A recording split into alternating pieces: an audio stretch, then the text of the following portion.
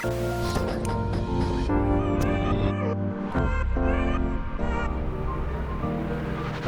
sort of It's not just like label. So we're just checking. Like I'm getting back into it, and it's been a while since I've recorded, and now I've got a special guest, a friend. Michael, you're gonna have to introduce yourself in a way too. So that's part of it tonight. Like, tell us if you're willing to go into your story a little bit, or at least about recovery and anything that you're willing and open to talk about. Absolutely. And then the world through your eyes, because the world's changing a lot, and I'd love to hear your perspective as well. So I'm looking at Michael. We're in this little podcast room in the basement. So this is the humble beginnings, re-beginnings, I suppose. The lap of luxury.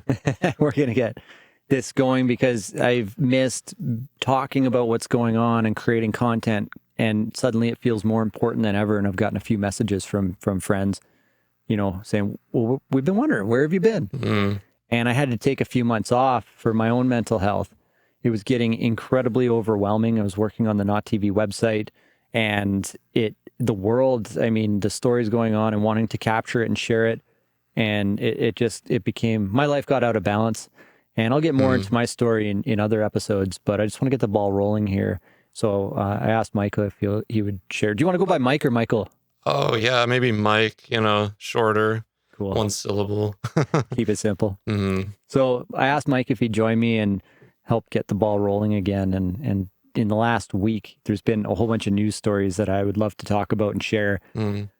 Maybe I'll end up creating and recording some of those headlines and then cut it into this. We don't have the technology set up right now to add in clips and to have callers and do all that fancy stuff, but we'll get there. First step was just putting up the foam, getting the mic set up, seeing if it's comfortable. Oh yeah, it is super comfortable. I feel very at home here. So yeah, I really appreciate that. Excellent. Have you done any interviews before? I think I've maybe done a couple, maybe a long time ago. So yeah, it's been a while, and yeah, I appreciate the opportunity. In a galaxy far, far away. Yeah, I think that's where it was. Yeah. We're playing with some audio sounds at the beginning of this. Well, I'm curious where this conversation goes tonight, and I'm incredibly grateful again that you wanted to join us, and to everybody that's watching and tuning in and that has followed notTV over the months and years. Sometimes my perfectionism kicks in, and I'm like, it's got to be better. It's got to be, what's in my head, but that's me trying to control everything. And that's not, I think, how we're going to step into the future. It's not one person or a group of people that, draw a plan on a whiteboard and say, this is the way we're going. Everybody get on board, or else what? Right. But we all have ideas. We all have experiences to share for the future. And I think that all adds to the collective vision. So one thing I've really enjoyed over the past 2 years is trying to hear from as many voices as we can, what your experience has been, what your thoughts are about the world that we live in, and your vision for what the world could be. Is it possible that we can have world peace?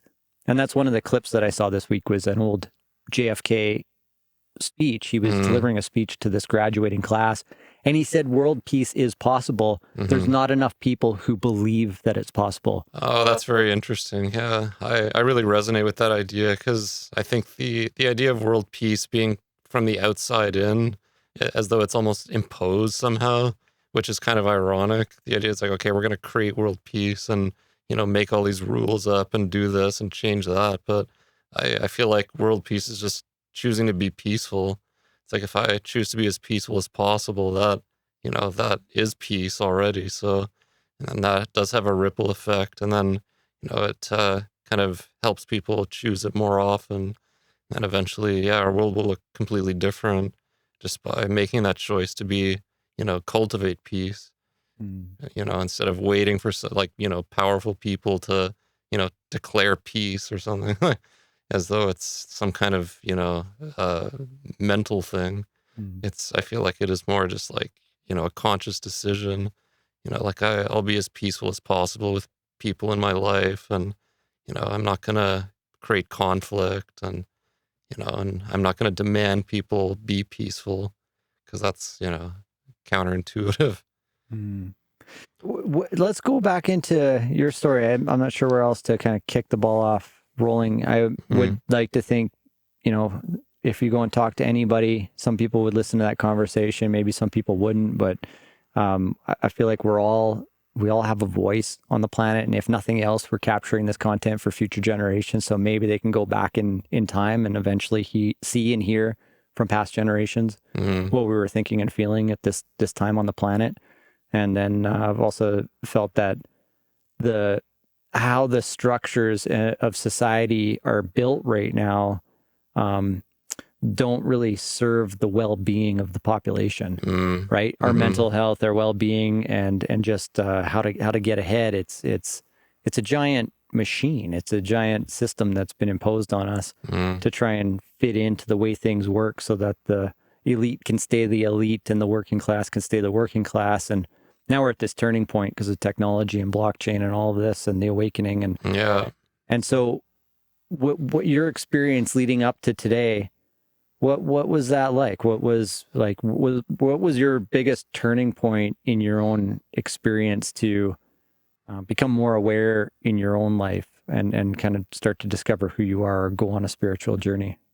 Yeah, it's a good question. I mean, I think it has been a process. I don't know if there's like certain specific things. I mean, I can think of, some turning points where I'm like, okay, I can't live this way. And, like I'm completely self-centered all the time. I'm seeking pleasure. I'm trying to get rid of pain, and I'm just thinking about myself, and I'm not serving anybody.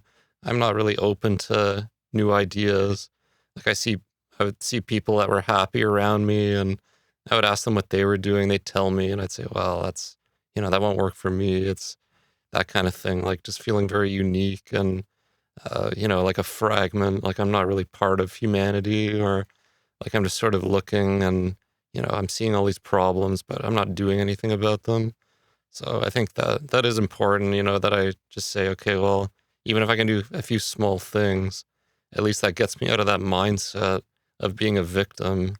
Because I think that has been that's been very problematic for a long time, is basically I'm just kind of, waiting for something to happen and basically saying I'm going to suffer until that happens, and just kind of hold myself hostage, for no reason, because I always did have people around me that were encouraging me to take action.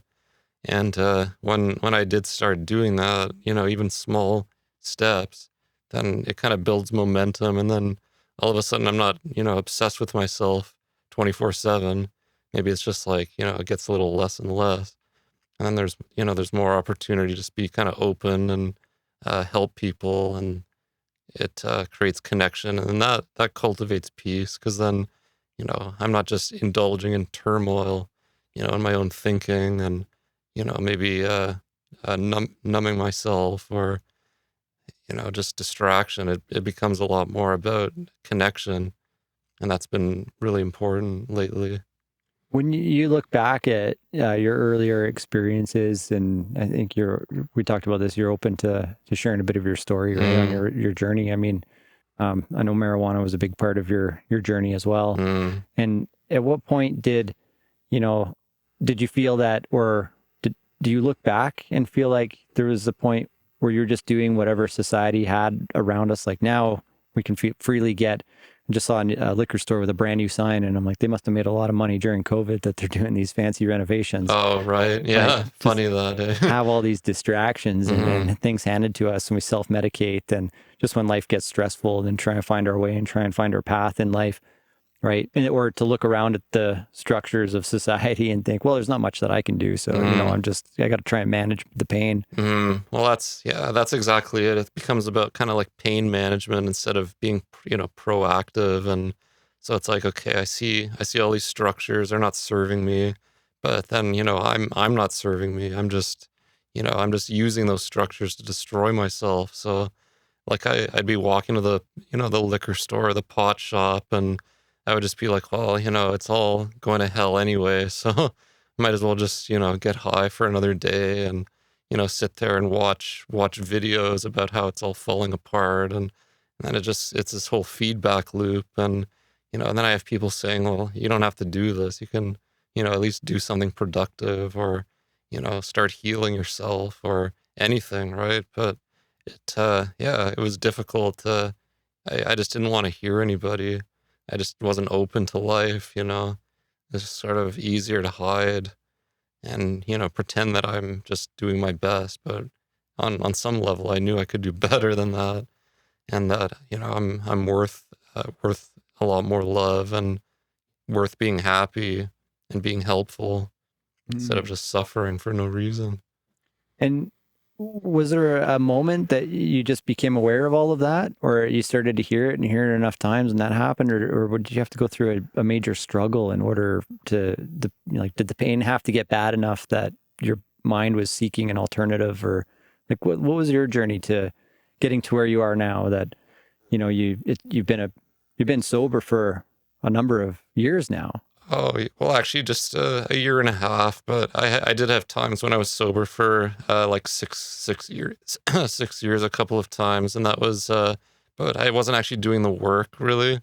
I was just sort of coasting, and you know, I wasn't very happy. I was just sort of in maintenance, I guess, and I built up some good things and then lost them because I wouldn't be actually digging into the, you know, the real issue. I just sort of let things happen, and then when there was a big trigger, I'd go back and start using. But I think what's different is I really kind of let down my walls and took people's advice and really ran with it, like taking suggestions and being open to some things that I've never done, and get out of my comfort zone, and just kind of push myself, because I think that one of the biggest addictions I found is to the comfort zone itself, which eventually turns into like a prison, because I'd just be kind of, you know, marinating in this, you know, perpetual cycle, and just thinking that it's gonna help me one day, but it became like the Groundhog Day. And sometimes I would have little insights and say, okay, this, I can't really stay here. I have to keep moving. And I didn't really have the wherewithal or the ability to, or I probably had the ability, but not the willingness, I guess, to take the steps, action steps, because, you know, I'm very cerebral. So try to think myself into better thinking. So that's the vicious circle there, and just being very self-consumed. And when I see people just kind of helping one another, you know, like in the 12 steps, it's all about service.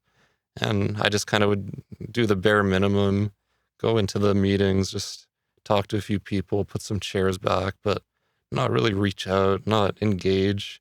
Just always have this kind of barrier, because I felt like if I let people in too deep, it would destroy me essentially. Like I was protecting my fragility, like my inferiority or low self-esteem. And, Mm. you know, it's very painful. And, you know, kind of that mechanism of denial and just keeping everybody at arm's length. And I have to, you know, be careful, because that habit doesn't just vanish. I found it's like, it is a constant practice. It's not, I wanted to have a big spiritual awakening, and I had certain, you know, things that would happen, like big openings of consciousness and insights or something. And, but they would all come and go, right? So I feel like it is all about that daily practice and just learning how to live, and just moving forward, and not just kind of stagnating and thinking it's good enough. Because I mean, the amount of suffering I put myself through, I feel I want to have a life that's beyond anything, which I can't even imagine. So I just surrender it all. You know, I just say, okay, God, you can guide me, and I'm going to make mistakes. I'm going to be imperfect, and I'm just going to do my best. Let God do the rest. Was there certain people that you were able to connect with, and you felt like you weren't alone anymore, or, you know, you start to hear your own story? I'm just wondering, for even people that, if they can stumble upon this, or maybe they random, I don't, you know, it's, the universe is so grand that Mm, it's amazing how certain influences come into our lives at certain times. mm, And there's a chance that this conversation may be dropped into somebody's lap at some point mm. in the future. Oh And yeah, then for it's the sure. now for them because they're listening to this. Exactly. Yeah, yeah. And this is relevant. It's just important to know that you're not alone. Like I had to hear my story, whereas I felt so alone for so long, or different, or like I was struggling with my own inner being, and I couldn't tell anybody or talk about it because I didn't even have the words until I could eventually find somebody that was able to tell me their story or share with a bunch of people their story, and I resonated with it. And then that started to change things because they were living a better life than I was living. And I wanted that Exactly. Yeah. life, and then being open and willing to actually try or do something different, although that's not always easy. No, it isn't. Yeah, but I mean, like when we first met, I think that, for me that was very influential because I could sense that you had a lot of, calmness about you, and I was, in such a difficult situation mentally, and we'd have conversations, and I would just listen, and I'd kind of resonate like, oh yeah, it's a reminder of it doesn't have to be this way. And like everything I would say, you would kind of relate to in your own way. So that sense of isolation and aloneness kind of got less and less. And but then sometimes I would go back and like, oh, no one really knows. It's like my ego would say that it was all just made up or something, but there's a resonance about it. Like when people share like that, it's palpable, and I feel like that is the sharing of the higher power. Like someone that can just open up and just listen and be authentic. And so yeah, I really really appreciate that, because you did really help with that turnaround. And we started meditating, and that was really important because I had given up on a lot of that, and just learning how to be connected to that higher power again and just practice it. And then eventually I'm like, okay, I'm gonna get back into this, and not just think it's all over or something. And because I had just kind of said it's too little too late, or too far gone, that kind of thing. And then I would see people succeeding around me, and then that would motivate me to take a few steps, and then maybe kind of backslide a little. But ultimately, yeah, going forward, little by little, and then eventually it's easier to take, bigger steps. And then I see the momentum of other people, and we all kind of pull each other along, like guide each other home. Mm. It reminds me of Vipassana, where if anybody's ever been, and I know that was one of the things we had in common, is we both been to a Vipassana class. And I remember my first one in the middle of, I think it was day 6 or 7, and just feeling so uncomfortable and painful in my body, and then opening my eyes and kind of glancing around, and everybody's just silent and sitting perfectly still. Yeah, Buddha statue there. I'm just going through turmoil, and I look to the guy next to me, and he's just like meditating perfectly still. And I thought, okay, if he can do it, I can do it. And I just close my eyes and go back to it. Yeah, yeah. At the end of the course, we ended up talking to each other, and I told him that, and he just said, I looked at you and I felt the same thing. Yeah. I was like, I got strength. So it's interesting how we give each other strength, even though we could be going through so much turmoil and commotion inside, that we can look at, somebody who, no, I'm having a good day. I feel strong today. And somebody else who it's like, no, I'm going through hell today, man. So it's amazing when we can just open up and be honest about that too. I used to think, well, if I'm honest, then maybe I'll end up pulling other people down, but that's not the case. If you're really feeling strong today and you're doing the good spiritual work, then like you're spiritually fit, then it's not going to bring you down, is it? Yeah, I think that I've had that fear. Like when I'm really suffering, I don't want to reach out because I feel like, maybe that person is on their last legs or something, and that'll be the straw that breaks the camel's back. But, every time I've done it, it's been positive. Like I'll just go up to somebody and say, yeah, I'm really struggling, I'm hurting. And, they'll give me a hug, and it completely destroys that illusion that nobody cares, basically. That's the projection. Like I walk around, it's like, oh, no one cares about me. I don't even care about me. I'm just gonna suffer. And then all it takes is one moment of willingness, just talk to somebody, open up a little, and my whole perspective can change, even if it's just temporarily, but then it kind of builds on itself. And yeah, like the Vipassana thing, it's when I was doing that, it was like I felt like it was the hardest work, just sitting there and observing. And not moving, and then I'd look around and everyone's doing it and I'm not doing it.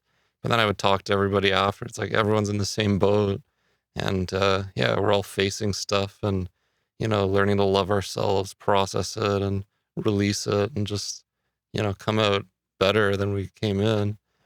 And that's been, yeah, very powerful. And I think whatever works, I think, everyone has their own path, and certain things have worked for me, so I keep doing them, add new things. But I think to try to like impose it on others, which is why I appreciate the 12 steps, because it's like people weren't imposing it on me. They were just saying like, this is what's working for me, and it's a suggestion, and that kind of takes that edge off.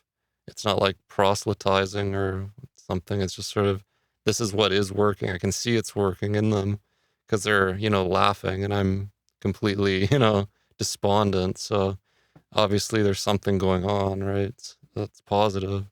So I just kind of keep, even just being around them instead of isolating, because isolation that was my default, and I still have to be very careful with that, because it becomes its own addiction to just kind of circle around in my thoughts and just lay there, and all of a sudden the world's tiny again.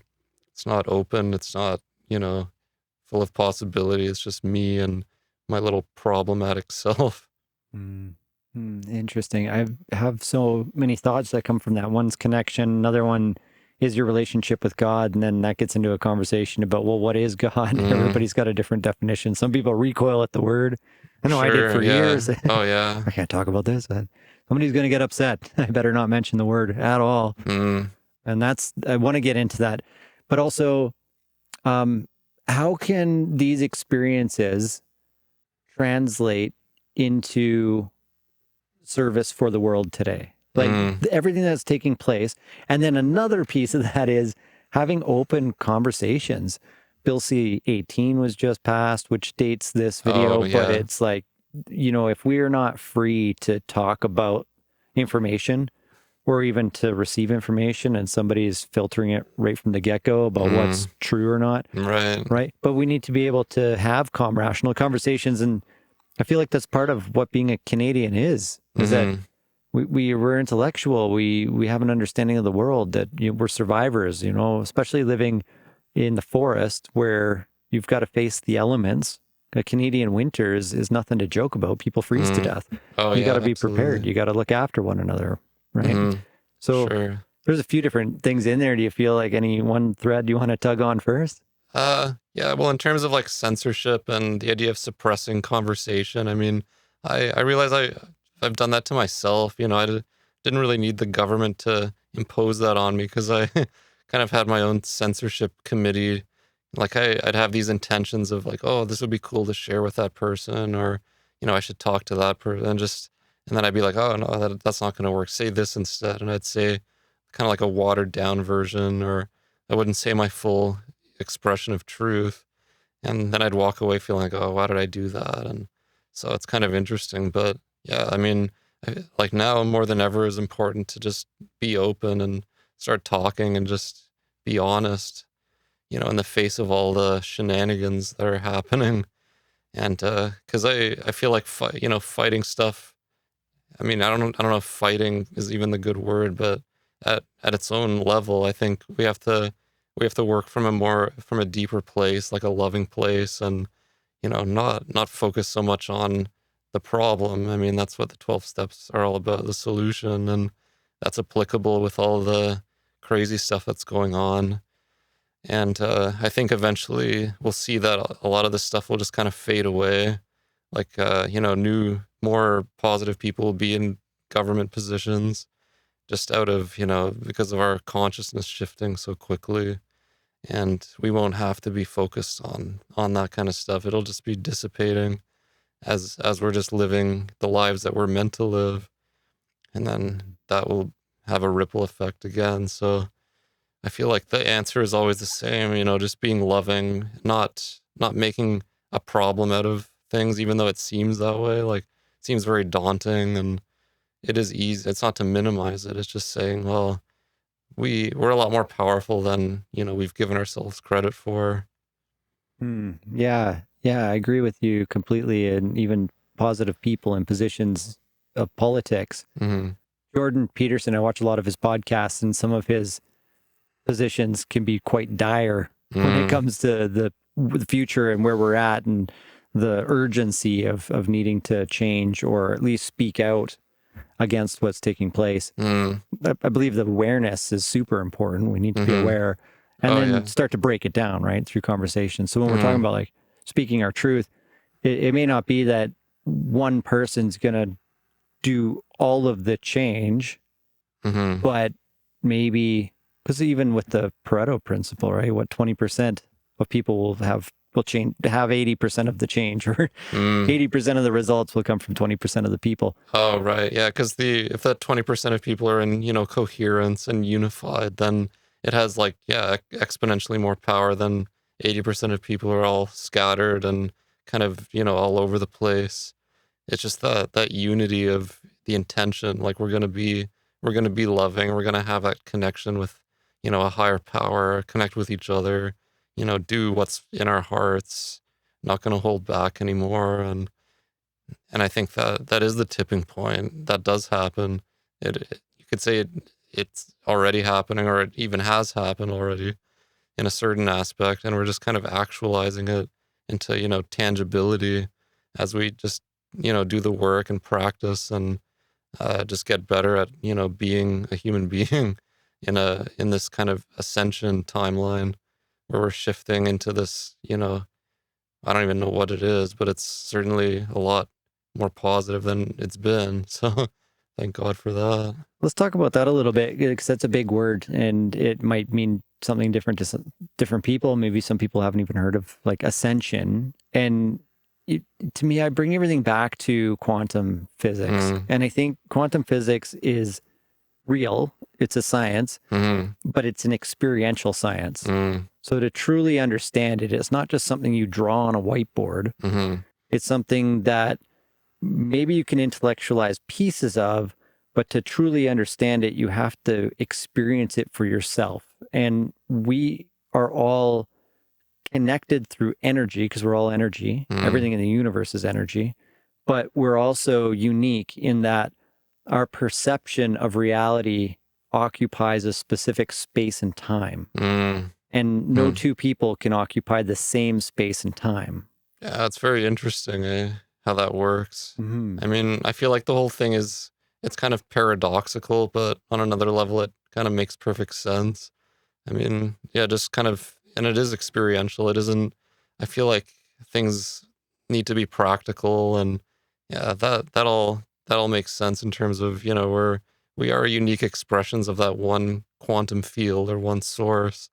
And we're unified, but we're all completely unique on some level. So it's kind of like a both and situation.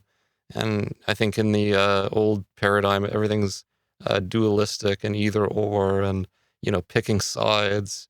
That's kind of playing out different perspectives that are mutually opposed to one another, as opposed to being unified. Two sides of the same coin. So the conflict is like, okay, I'm left wing, that guy's right wing, or any other duality at all. So it's just, it's kind of shifting into this sense of like, there is this one quantum reality, one seamless kind of, call it, whatever we want, but it's just, it completely unifies everything. Like they talk about the unified field theory, but I don't think it can be a theory. I think it has to be experienced directly, just in terms, tapping into it for ourselves. And it can't really, I don't think it is intellectual really at all. I mean, you can understand it to a degree, but I think it's more about embodying it and living it, in a day to day life and just kind of tapping in and letting it work through us. Was there a particular experience or a series of experiences in your own life that allowed you to awaken to something greater than yourself? Or is that how you'd even describe it? How would you put this into your own words? Yeah, I think, well, awakening makes sense because the state of being like an addict is, I feel like it is like a hypnotic or dream state. It isn't lucid. It's kind of very murky and that kind of thing. So the awakening, it's like through, meditation, prayer, and fellowship and, all that kind of thing. It's just service. And it's just learning how to wake up to what's actually real, which is something beyond the personal self, the ego, and beyond this person that I think I am. It's something that it is inclusive. It's all inclusive, and it doesn't have those limitations on it that I've imposed. And yeah, just learning how to trust and surrender, just kind of relax into it, open up, and let it show me what it is instead of me imposing on it. Like I say, okay, God, I want you to do this and that, and it's like the spiritual Santa Claus, giving God my requests and hoping he does something. But it's a lot more participatory and active, and just kind of engaging. It isn't just sit back and do nothing, although meditation's good for kind of rejuvenating and waking up, but then it's followed by the action steps, which I didn't realize for a while. I thought I could just sit there indefinitely and then everything would kind of just happen.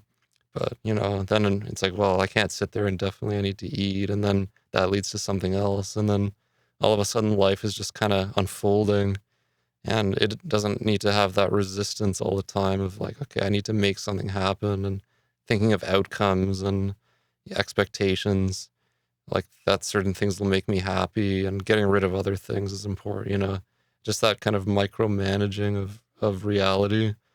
But with this awakening, it's more about just that cooperation and that unity. And then like all of a sudden everyone's, on my side because I'm on their side. It's not, I don't need anything from people, and I don't have to be afraid of them. It's like my one mentor said, we live in a friendly universe, and there's not really any room for suffering thoughts there. Mm. I like that. I like that a lot. Like it's so much of it is a choice too. And there's the double slit experiment that it's like observing whether particles, matters, light, whatever they're shooting through the buckyballs, right? And a photon or a wave. Yeah. Is it a particle or a wave? Particle or a wave, yeah. It changes. Okay, that's getting into some physics, and some people are like, no, I dropped out of school, so yeah. Moving on. Yeah, I think I dropped physics and chemistry. We don't have to get that deep. It's more about the experience, your own words. That's what's key. So did you always have an understanding and knowing or a belief in God or this energy, universe, higher power, or kind of what was your journey like? Were you an atheist? Were you agnostic? What was your upbringing? Well, I was a Lutheran. I grew up a Lutheran, and I didn't really give it much thought, I guess. I did my confirmation or whatever, and then, but then after I didn't really feel anything from the ceremony, but after I was playing video games with my friends, and I was completely unbeatable. So it was this weird kind of awakening after the fact. I felt like God had blessed me in what I was passionate about at the time.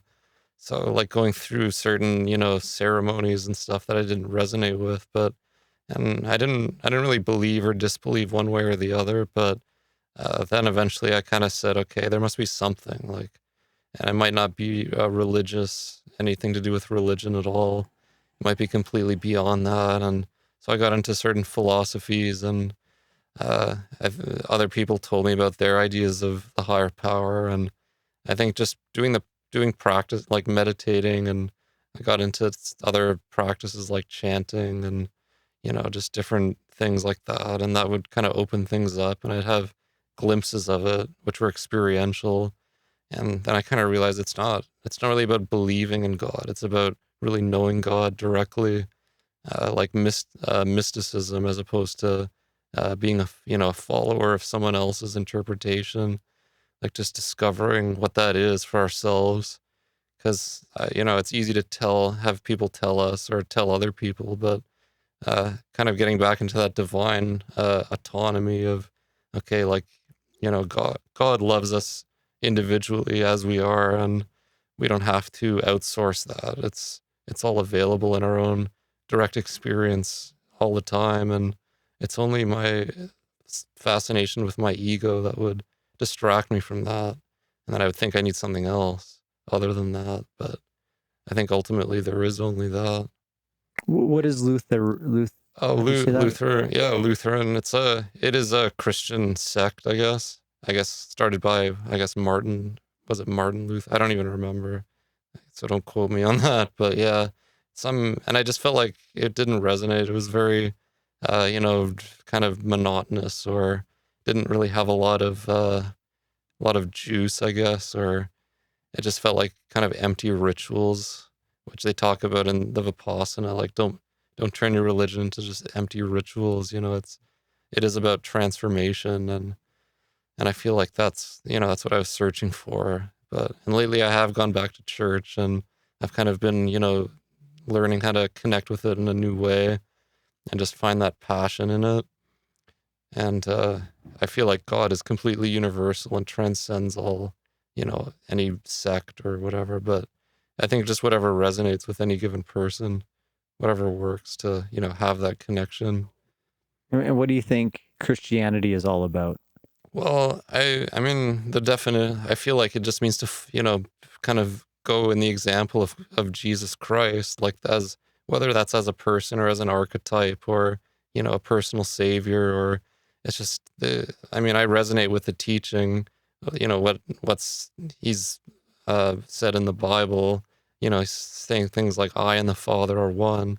I feel like that's a direct pointer to reality, because the way I interpret it is like, it's not just he saying that, it's everybody has that. I and you know, and God are one.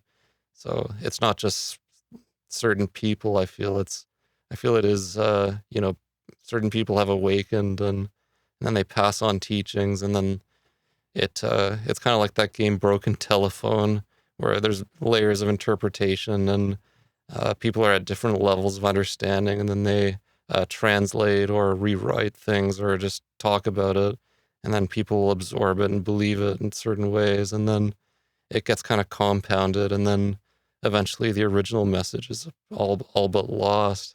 So I try to talk to Jesus directly, like in meditation, and say like, okay, you can show me who you really are, because you know, I don't want secondhand Christianity or Buddhism, or I want to know it directly. And, you know, not to say don't listen to people, but, you know, being able to have that direct connection, and learn how to cultivate it, and just kind of discern what, you know, not saying people have negative intentions, but I feel like, you know, we're in kind of this situation where people are at varying levels of development in various aspects. So some people will be very, you know, open or have knowledge on certain things, but then kind of misinterpret others, and so it can be very complicated on some level.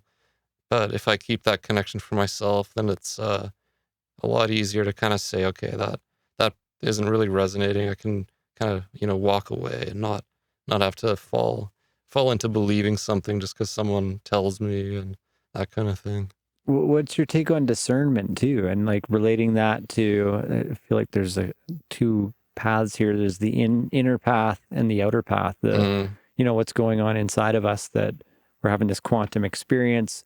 We're learning about ourselves. We need to discern our reality, and then external to us, there's navigating the world that we actually live in, our hmm relationships, the government, and the world around us internationally. Like, it all plays into it, and then we've just got kind of more of the immediate. What can we do in our own communities, and then what can we do for ourselves? And mm. so, what's your take on discernment, and kind of how that relates to the inner and the outer?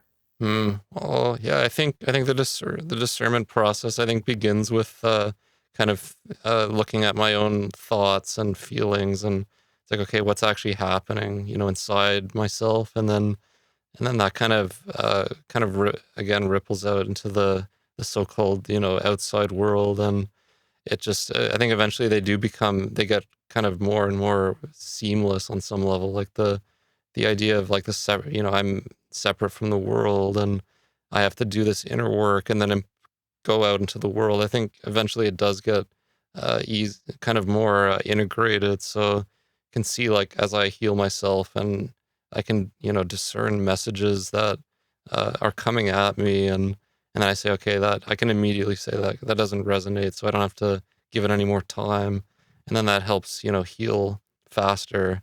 So I'm not caught up with, distractions, and then it kind of changes my point of attraction, and then find people that I do resonate with, and I can discern that it's these are healthy people. I don't have to, be on guard around them, and then it's like, we're keeping good company. We're not falling into the old pattern, and that helps pull other people out, that are still suffering and still, indulging in, say, like addiction or something.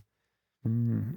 And what would be your biggest message to youth today? Well, I really feel for the youth of today. I mean, I feel like I had it hard enough, but these days, yeah, there's so much.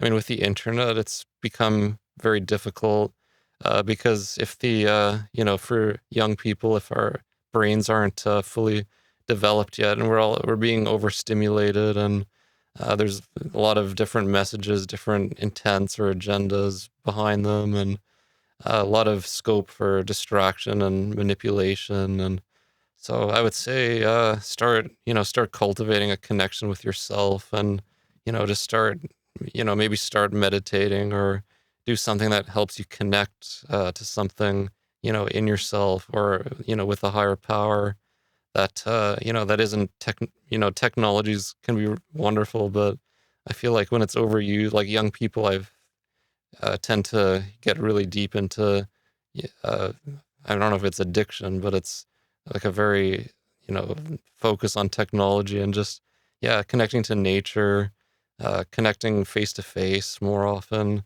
really just kind of introspecting, like what's really important, for any given person, kind of unplugging from the matrix, so to speak, of the influences of people around them, and just kind of learning how to be in their own power, and not get kind of swayed around by all the different ideas, and and talking to people that are healthy, and just learning how to trust themselves amidst all the chaos. Do you have an example of that? Like, where do you start? Where do you start to trust yourself? Yeah, it's a good question. I mean, yeah, looking back, I mean, I was told in early recovery, like, that I shouldn't trust myself, actually, like, don't trust your own thinking because it got you there. So yeah, maybe in that sense, it's important that youth do have mentors that can help them learn how to trust themselves. Like, kind of like big brother, big sister, or something. Just like people that are healthy and don't have any like agenda or something, and just want to point them towards their own reality and their own truth, rather than try to sell them on something or convince them. Or so yeah, maybe it does have to be from our generation to kind of come back and help them, because yeah, maybe it's gotten very difficult to even make that step without some outside help. Wow. Yeah, I've been feeling that over the last couple of days too, in conversations with others. And it's like, what can this podcast become? What can it be as we share our voices? We can look at current events, and we can talk about Mm-hmm. things that, we need to be aware of, and Mm-hmm. break it down. How does that relate to us today? What do we need to know? How does that going to affect us? What decisions do we need to make? What can we do for our civil duty? But that's all like the decisions in politics, but that feels external. And then when we go on Mm-hmm. the internal, how important that is, especially like the way I'm hearing you talk about it, that our internal and external, they're connected. So Mm-hmm. it has Mm-hmm. an influence on each other. So there's probably more change we can enact on the outside by looking inside, Mm-hmm. right, than Mm-hmm. what we think we might be able to achieve on the outside. Although sometimes Yeah. it's important to do things, get out of bed and Oh, actually do something as well, right? absolutely. Yeah. Well, I like and what it says, faith without works is dead. So like the faith, I feel, is like that's cultivating that connection inside, and then the works, come out of that. And yeah, so I feel like it isn't mutually exclusive. But yeah, I feel like, doing that inner work is, I feel like you can't really get around doing that, no matter how much positive action takes place in the world. If we're not actually healing ourselves and loving ourselves and connecting, then I feel like those changes would be superficial.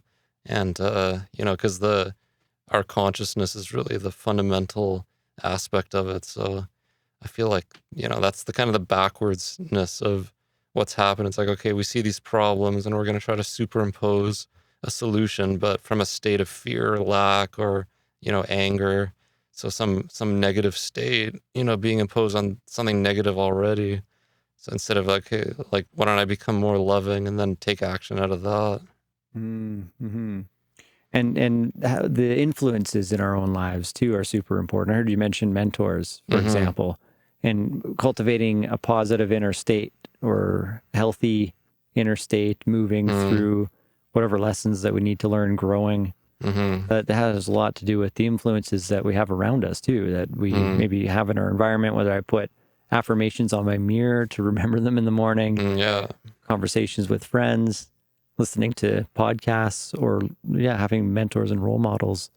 Do you have anything to say or add to anybody that may not have good influences or just becoming aware of them? Or I keep thinking to the youth too, because our generation, and maybe we can find some sense of greater purpose through this, that at some point we pass the baton, right? Yeah.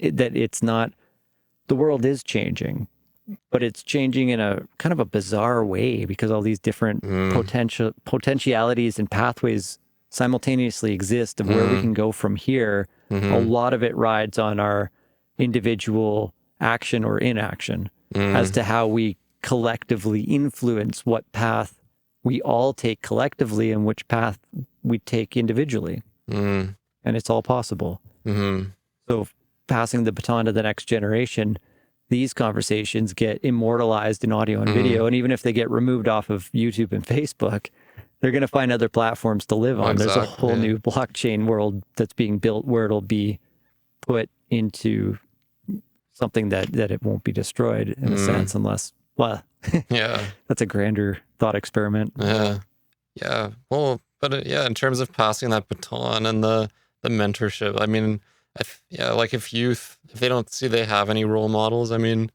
that's not easy. If they're kind of just, they don't know anything beyond the scope of their immediate experience, and if everyone's kind of locked into the same paradigm. But I think the internet then can be useful because, they can discover role models even, online, and then, hopefully seek them, or, in day-to-day, in, real life also. But maybe we have to be more proactive then, because I think, when I was young, I didn't really seek out mentors or anything. I just kind of sought pleasure, and it's really easy to do that. And, Jordan Peterson has had a lot of positive impact, especially, on young men. And, that idea of the transcendent meaning, there's something beyond that, and you don't have to settle for that. And you're worth a lot more, and you can be a lot more powerful. And, just having even one other person modeling that, whoever it might be, then that can shift the whole youth and kind of break out of that distraction and then an indoctrination, and then they can become the people that that God intended them to be, happy and loving and serving others. Wow. Is there anything else that you want to cover in tonight's podcast? Oh wow, yeah. I mean, realist. I mean, you could essentially go on forever, but I mean, I think to me the biggest thing is, like, in my life, it's always been about all I really want is to not suffer. I just want to be happy and be peaceful, and I was just very confused about how to get to that. And and with all the messaging now, it's like there's so many directions to take. But all the mentors that I've trusted have basically said, just start loving yourself. Love people around you, love your higher power, and just kind of do the next right thing, and everything else will come out of that naturally. And you don't have to micromanage anything, and you don't have to focus on all the chaos. It'll just kind of dissipate as we do that practice and just start opening up to that, that love and connection. So I feel like that it kind of keeps it a lot more simple. Absolutely. Absolutely. And then on the journey of addiction and trying to find, what point did you realize that drugs and alcohol wasn't working for you anymore? Well, that's interesting.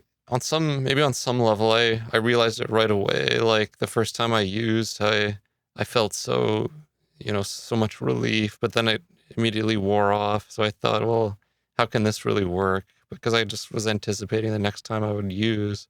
And so I kind of had this inkling that it wasn't sustainable right away.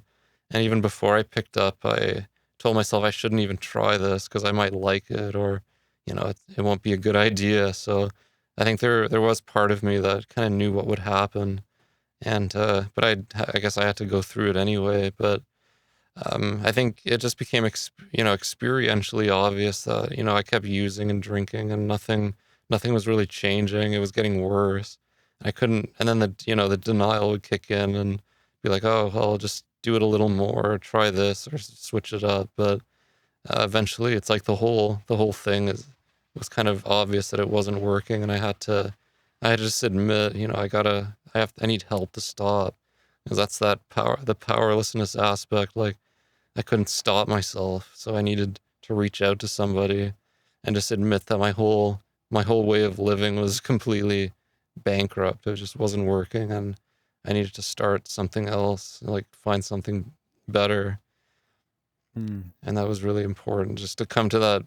And I had multiple bottoms where it's like, okay, I can't do this anymore, but I can't stop, and it's so painful, but it's the only pain relief I get is to use. So just this really horrible cycle. And then eventually people are like, well, here, do the 12 steps. And then I went to treatment, and I started going to 12-step meetings, and then started getting relief. And then, but then forgetting about it later. And then, so that process of recovery and relapse, that can, because I met guys in their 70s, I think, when I was 18, and they were career, rehab people, relapse and rehab, and that's been the majority of their life. So I told myself I'd never have that.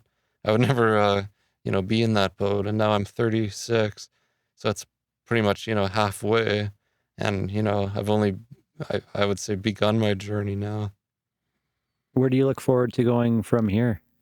Oh well, that's a good question. I mean, I feel like I mean, it's almost hard to even imagine. I mean, I feel like humanity's future is unfathomably bright and beautiful and full of love and splendor and things that are completely beyond my comprehension. And I think I would do a disservice to it if I even tried to speculate what it would be. But one thing I do resonate with is being having sovereignty over food and energy. Like I like gardening, and that's been very therapeutic. So I think that would be taking the food system into our own. Like everyone can grow their own food, basically. That's one thing, and I think that's kind of like reclaiming our divine birthright. Like we don't have to rely on these systems. And then eventually that.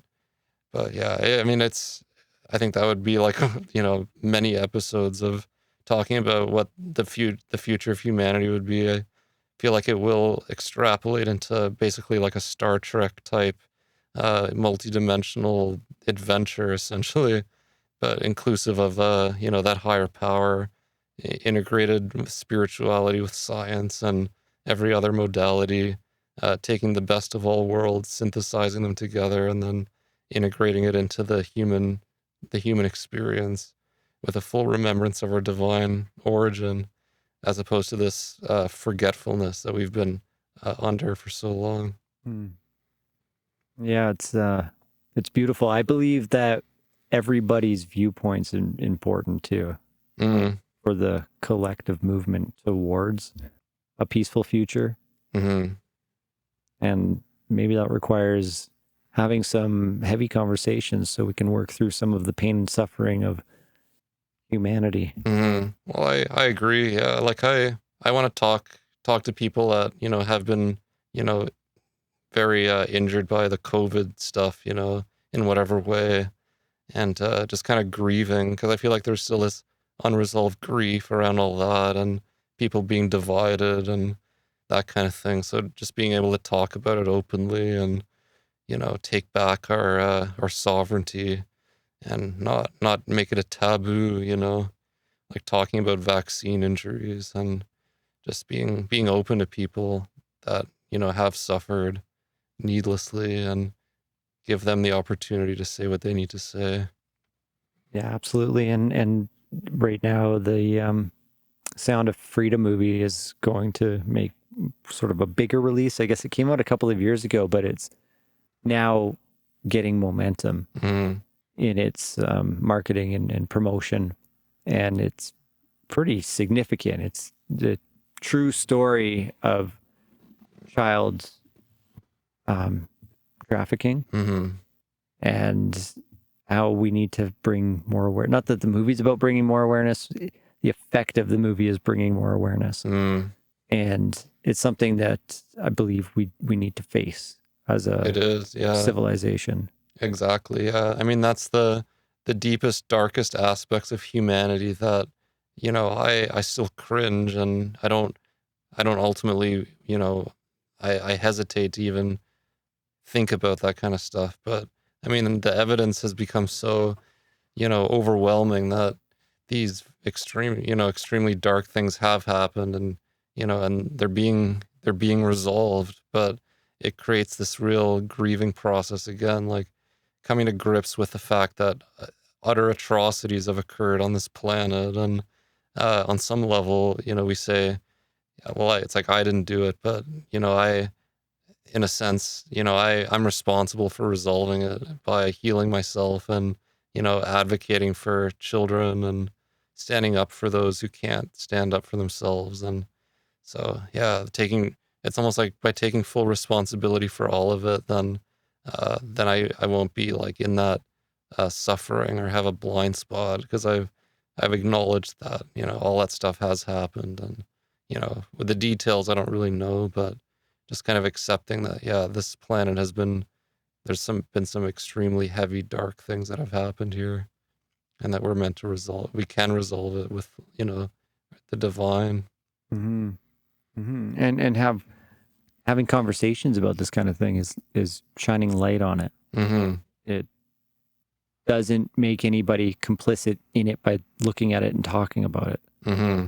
I don't know if that made sense. Like, Oh, yeah. Like I think like there's a quote from Jesus that says something about like what you bring forth will save you, and what you deny will destroy you, or something. So like bringing all this forth is saving humanity, because the denial has been so prevalent and easy.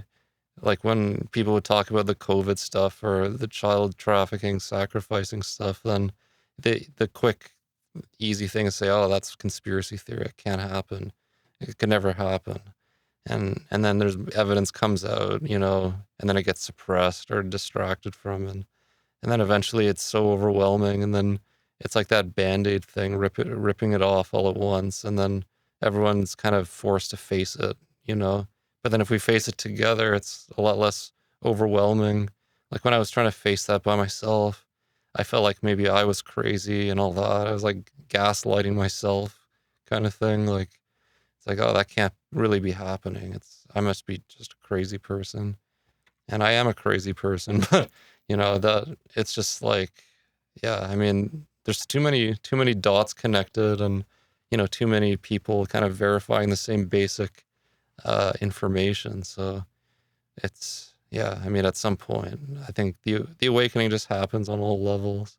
is there a like what the news used to do for us is validate our experiences and give us an update on our reality so that we could collectively agree to something and move forward. So, I'd be reading the newspaper in the barbershop the next morning and saying, "Hey, did you hear about, what happened downtown last night?"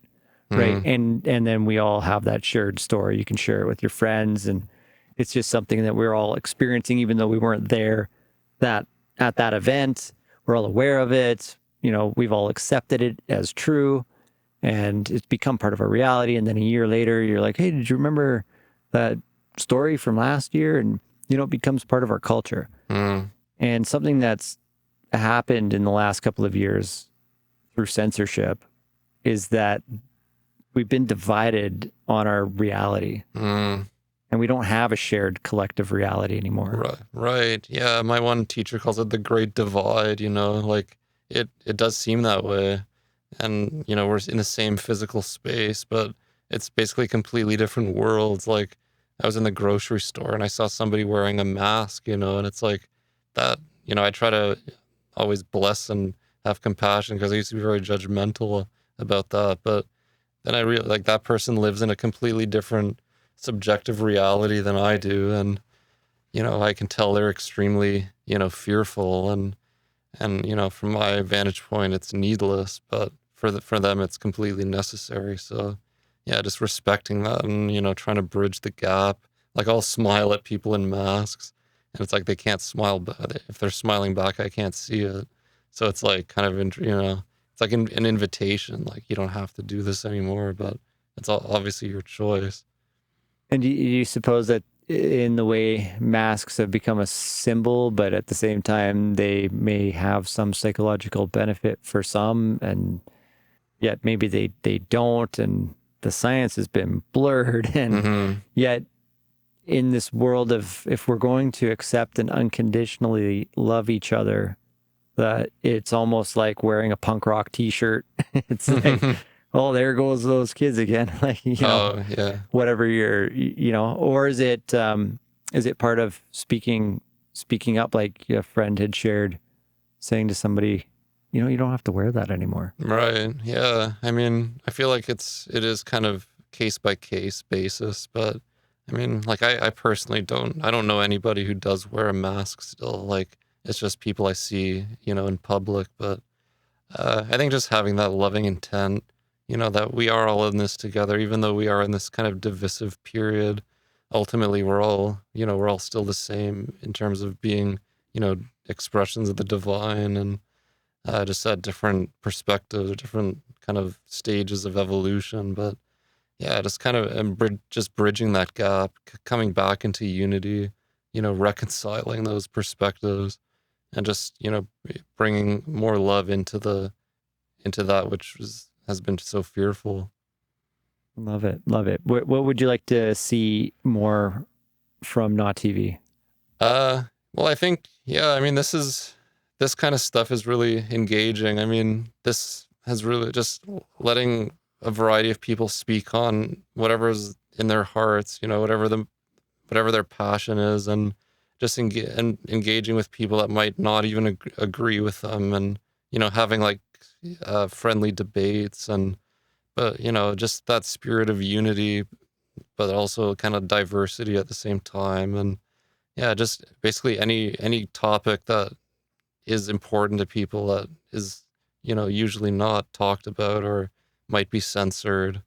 Basically anything that has to do with helping people resolve their pain and suffering and, expand into a reality that's beyond our current understanding, or just something that's, brings us peace and joy and, helps us move to the next step. Love it. Love it. And would you like to come back on and talk more about your story, or do you want it? Are you willing to share more of your journey? I feel like we can go quite deep into it, but just your personal journey. I think I would want to talk about, maybe I had a lot of experience with the psychiatric kind of institutions and just kind of the limitations I found there, and I think that might be helpful. I mean, my last psychiatrist told me to do Vipassana meditation, and I tried to do it, here and there, but I was still hung up on the idea that a pill would help me. And, I also had electroconvulsive therapy, and, I just felt like, okay, this isn't really working for me. And so just kind of seeing the limitations of the medical system and, learning how to find something that does work for me. Mm-hmm. So we maybe another night we'll go into maybe the story of those experiences, or are you feeling like you got lots of energy and you want to talk about it now? Oh, I mean, yeah, we can leave it for another episode, but yeah, it's like just kind of to connect with people that have been in that situation, because it can be very isolating. And I think we are due for new systems that actually do work and don't just kind of manage symptoms. Yeah.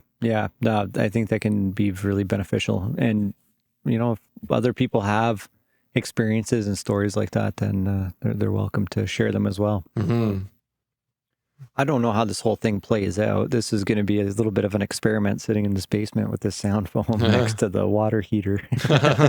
No, that's good. I think that the humility of it, I feel like people do resonate with that. That things don't have to look a certain way necessarily. Like it's just the intent and the energy behind it is the important thing. And then, everything else is kind of details, and it will evolve in its own time, but it doesn't have to aesthetically be perfect, or because that's been the veneer that Hollywood and the mainstream media have put. So it's kind of like glossing over the ugly reality or misleading people. But just that authenticity is what resonates, and the surroundings will change, but the kind of core of the message or the inspiration is what I feel what matters. Cool. I really appreciate you being on the show. I don't know what the exact name is, because it was like today's guest, and then Chad's got down the rabbit hole, and I was just gonna say Travis Cross on notTV. It's weird saying my own name as a show, though. I know other people do it, and I look up to other people with their shows, but it's I don't know why it feels so weird. Yeah, that's okay if it feels weird. I mean, it is kind of, it is what it is. It's just, yeah, it doesn't really have to be a certain thing. It's just whatever, and you can change it. I mean, There you go. it isn't static. Yeah. Awake. I like the awake. A friend in Kelowna, Shri, was going to do a show, The Awakening. Interestingly enough, we filmed like an episode or two back in Kelowna years ago. That was a good title. I don't know. We'll come up with it. We'll see what you guys think. It's just going to be like headlines. Because I think it's good to break down what's happening today. It makes it a little bit more relevant. But then the talks like this, I think some of what we were talking about could be a little bit more timeless, shared with, maybe somebody can tune into it. But maybe the nature of broadcasting today is also just continue to make content, and it is timely. Tune into it. Some people end up watching videos that are 3 years old, and it feels like it might as well have been recorded today. Exactly. Yeah, the timeless nature of it, because it is universal, and it isn't locked into like certain events per se. Although, yeah, we can deal with things as they happen, but ultimately it's kind of the same basic message or the same resolution, no matter what seems to be happening in the world. Yeah. So really, this is today's guest, and today's guest has been Mike. Yeah, thanks a lot for having me on. I really appreciate it, and yeah, I wish you guys all the best. And yeah, we deserve a way better life than we've been prescribed, and it's all about our own choices and just loving our way through the mess. Right on. Any final thoughts? So you want to say directly to anybody? Yeah, I just I feel that everyone has their own suffering, and I've certainly suffered a lot in my life. So I feel for anybody who's in pain, and I just want to know that you're not. I want you to know that you're not alone, and there are people that care. There's more good people out there than not, and yeah, I love connecting with people, and I just wish everybody resolution of whatever they're going through, and that they might find peace and happiness in their own lives. Awesome. So everybody, much love. Much love, everybody. To seeing you next time. All right. I really appreciate it. I know it takes a lot of work, and it means a lot to me that you've done this, and I know it's helping a lot of people already. That's cool. That I had no idea, honestly. Like, I got a message from a friend today because she sent me a video clip of the guy with the news update where he's like, I've been following the story of this billionaire going into a submarine. And then I responded, I was like, thank you so much for sending that. Like, I have been off because of just the mental health stuff and need to take a break. And now I'm coming back, and I want to report. Actually, here, I'll share it with you. To find some balance and bring my mental health back to a positive state. I just got a podcast room set up at home, and I'm looking forward to relaunching with a greater focus on high vibrating content and reframing news stories to guide people towards living in the Great Awakening. Oh, wow. Yeah. That's awesome. And then she Yeah. says, yeah, okay, now I understand why you went missing on notTV. Do you feel more balanced again? Yes, I do. Way more than I've ever been, because it's really like day to day. Like I'm living just for today, because so much in the future is out of our control. It is. Yeah. Yeah. That is really the only kind of sensible way to live. Just kind of right now in the day and do what we can. Right? Because I say like, well, I don't know what's going to show up in an hour, let alone tomorrow. I don't even know. Yeah, I mean, I don't know what's going to happen after this sentence. Like, it's just so quick, right? Everything's changing immediately as it's happening. Like, it's just, yeah, that's why having those expectations, I've disappointed myself a lot. Yeah. Yeah, having expectations, right? So she says, congrats on your new podcast. I can't wait to watch the new high vibrating content that you bring and the reframe news stories that guide people towards living in the Great Awakening. We all need more of your work. Oh, well, that's wonderful. Yeah, I appreciate that. That means a lot, to have that encouragement, and yeah, it just gives a lot of motivation and to just keep doing it. Yeah. Yeah. And then going through internal shift, if that's the right word. So we're all doing it. We're all going through these internal shifts. And, because I feel like it's a process. We're all energy. Everything's interconnected. The external's changing. As we change, we influence the external.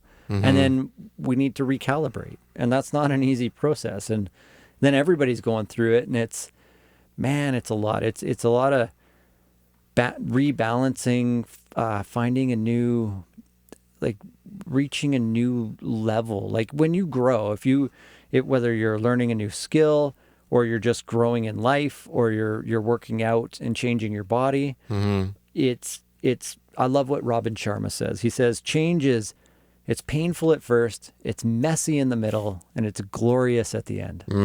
Yeah, that's a good one. Right? It's painful at first because it's like, well, if we really got to change, either we're being forced into change, and it's like, I don't want to be here, this is uncomfortable, or we're willingly going, but there's something that motivates us to, I'm gonna go, I'm gonna do this.